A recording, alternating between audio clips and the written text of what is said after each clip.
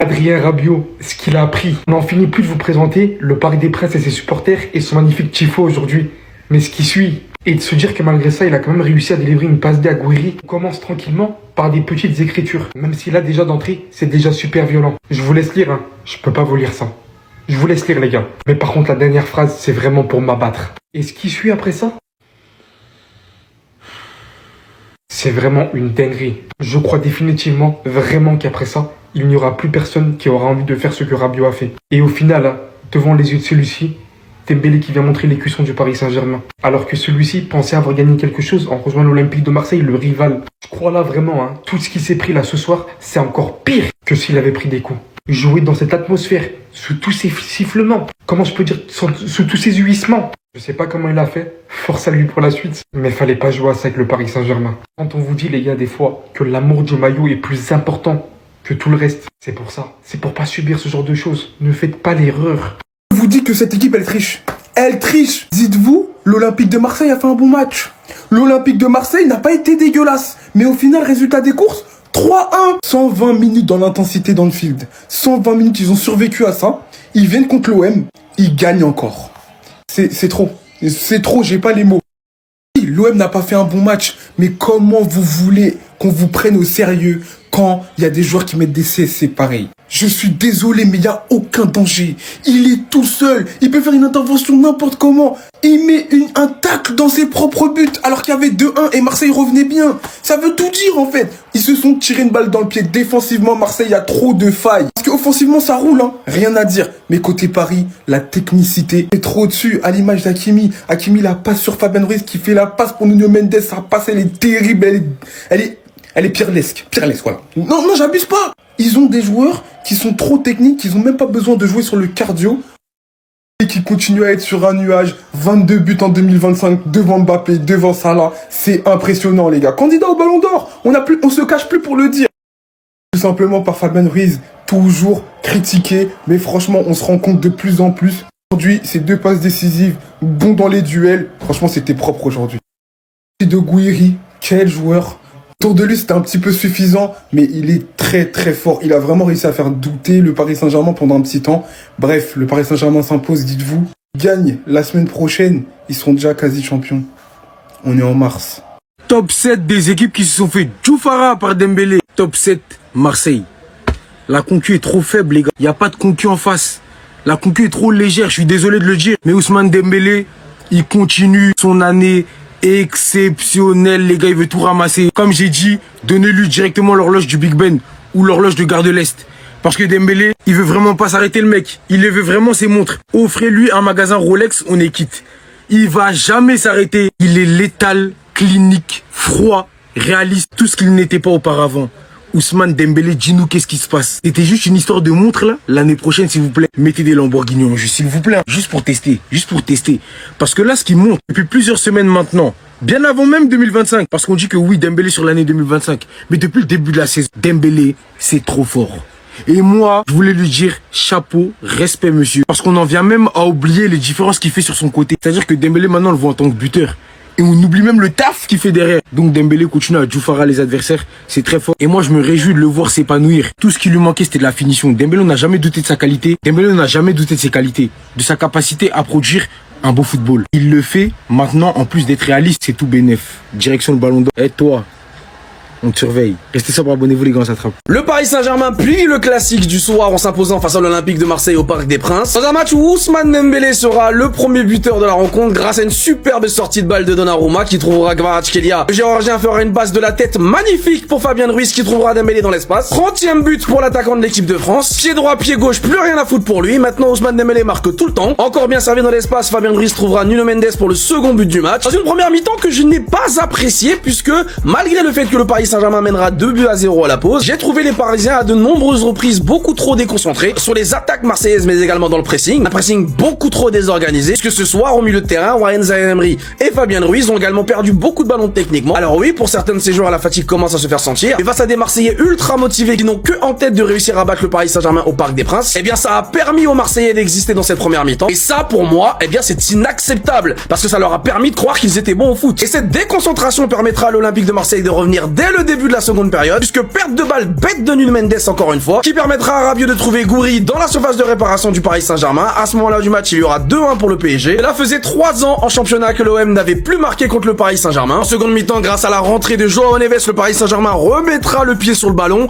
fera tourner et courir les Marseillais, avant que Lirola ne marque le bugag de la soirée. Comme au match aller, le défenseur espagnol imite son capitaine Balerdi en inscrivant un CSC. Pas grand chose à se mettre sous la dent en seconde mi-temps, le Paris Saint-Germain était plutôt en gestion et l'OM était surtout très inefficace. Quelques frissons par-ci par-là, mais plus rien ne sera marqué. Le Paris Saint-Germain s'impose et a désormais 19 points d'avance sur l'Olympique de Marseille au classement. La semaine est donc parfaite pour le Paris Saint-Germain qui s'est qualifié pour les quarts de finale de la Ligue des Champions en sortant la meilleure équipe d'Europe et en restant invaincu face à l'Olympique de Marseille une saison de plus. Bref, à l'heure où des supporters de l'Olympique de Marseille tentent encore de nous convaincre que l'OM serait le plus grand club de France, le Paris Saint-Germain fonce vers son 13e titre en Ligue 1, qui serait le 52e titre de l'histoire du club, soit pile poil le double de ce qu'a gagné l'Olympique de Marseille dans son histoire, et donc définitivement détruire ce débat sur qui est le plus grand club de ce pays. Putain, ils sont trop forts. La vie de ma mère, ils sont trop forts.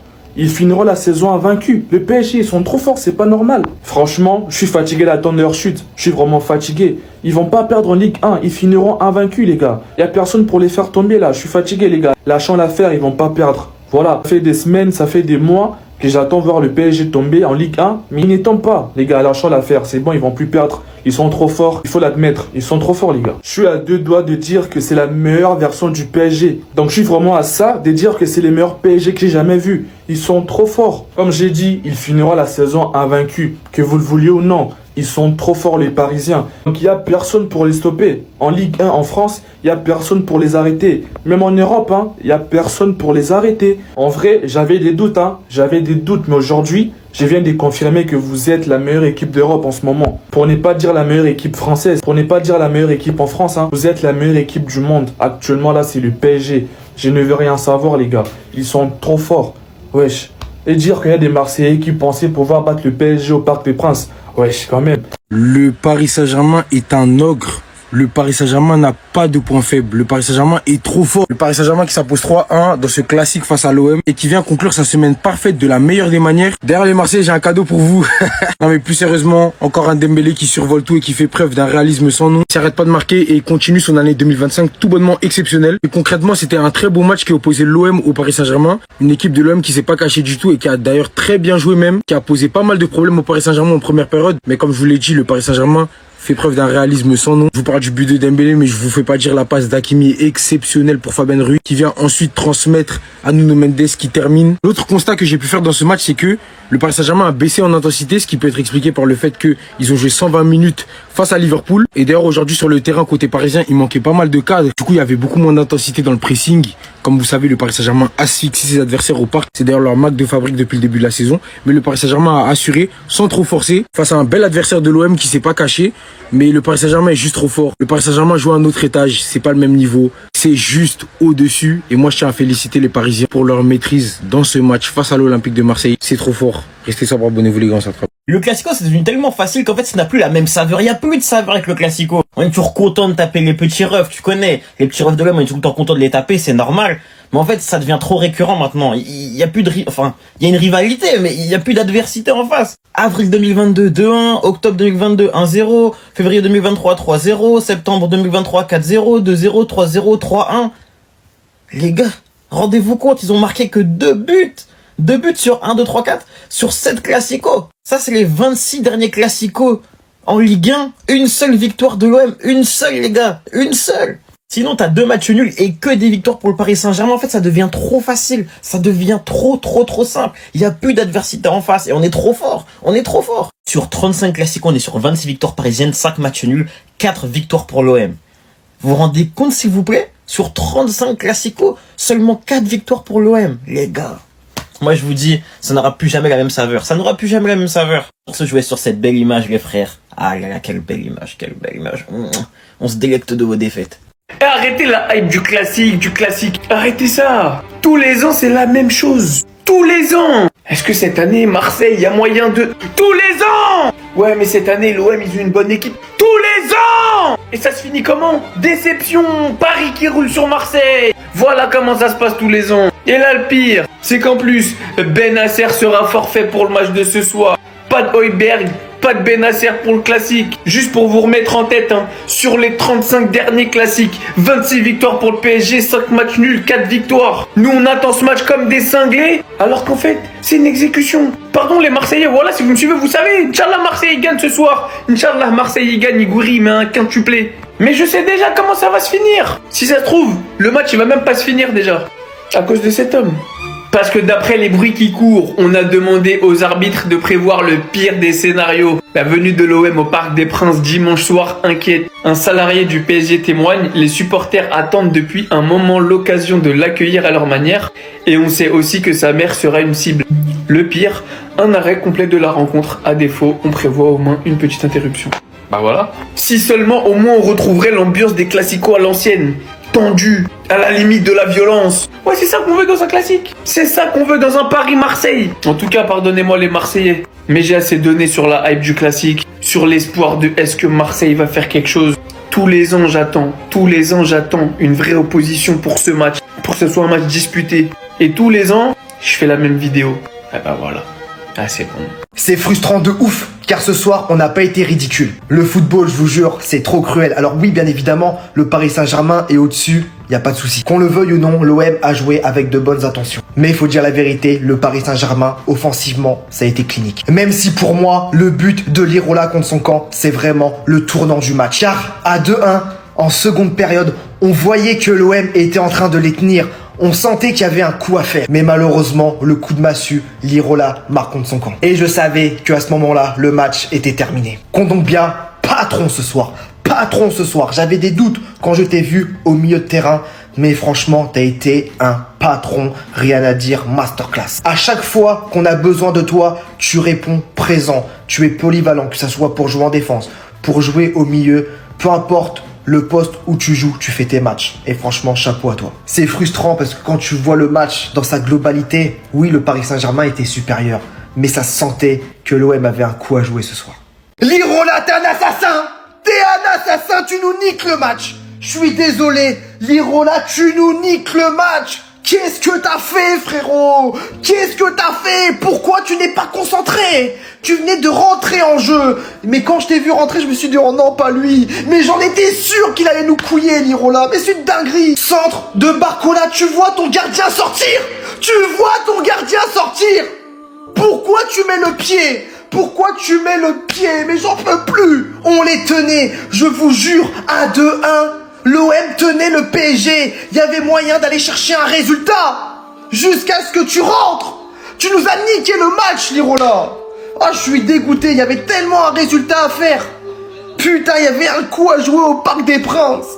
l'Irola, t'es un assassin. Putain, comment j'ai le démon, les gars. Mais je m'en doutais quand je l'ai vu rentrer. Il était pas serein. Oh les gars, surtout, t'es en face de lui. Tu voyais Geronimo Rulli sortir. Tu le voyais.